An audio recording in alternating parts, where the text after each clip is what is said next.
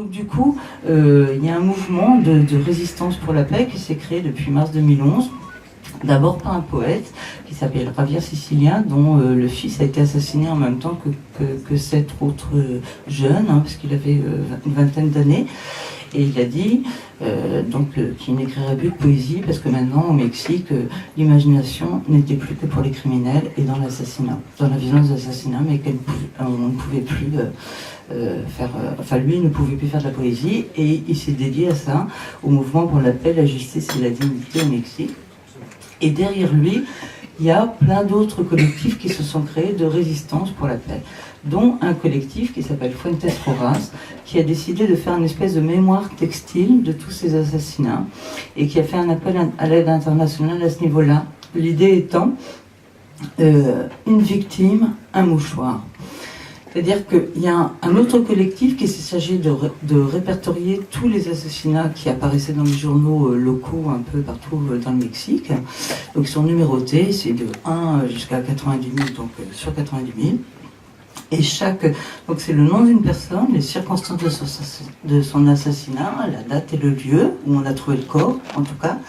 Et donc sur ce mouchoir, on va broder ce texte-là.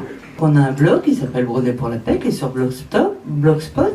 On a un mail, broderpourlapaix@gmail.com. On nous écrit, on vous envoie un texte. Donc nous, on a reçu des textes de la part de ce collectif mexicain. On les a traduits en français, parce que dans chaque pays, l'idée est le plus possible de le faire dans sa langue. Et donc, on donne des textes à chaque personne qui, normalement, se compromet à broder le mouchoir en question. C'est un vaste mouvement international, ouais. Vraiment. Il est temps de broder pour la paix, à mon avis. Ouais, en espérant que ça va pouvoir... au moins, ça permet de parler du problème. Au minimum, en tous les cas à l'étranger, parce qu'au Mexique, malheureusement, ils le connaissent beaucoup trop, le problème. Et puis c'est un acte aussi... En fait, la broderie, c'est... moi, j'adore ce mouvement-là, parce que c'est vraiment donner tout son sens à la broderie. Là, tout à coup, traditionnellement, quand on faisait... la plupart des femmes qui sont là, d'une certaine génération, en tous les cas, le savent, c'était que nos mères ou nos grands-mères et tout ça, elles ont toutes brodé pour faire leur trousseau, donc c'était dans l'idée d'aller se marier, de transmettre à ses enfants et tout ça. Donc il y a une idée de le faire par amour pour quelqu'un d'autre.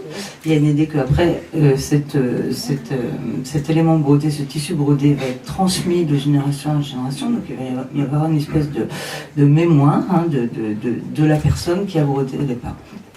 Donc là, dans cet acte de constituer ce mémoire textile, sur ces 90 000 mouchoirs, 90 000 assassinés, plus 20 000 disparus, donc ça va être 110 000 mouchoirs qui doivent être fabriqués. Là, je crois que, je ne sais pas exactement où en est le compte, mais ça va durer encore au moins 1 an pour les broder, je pense.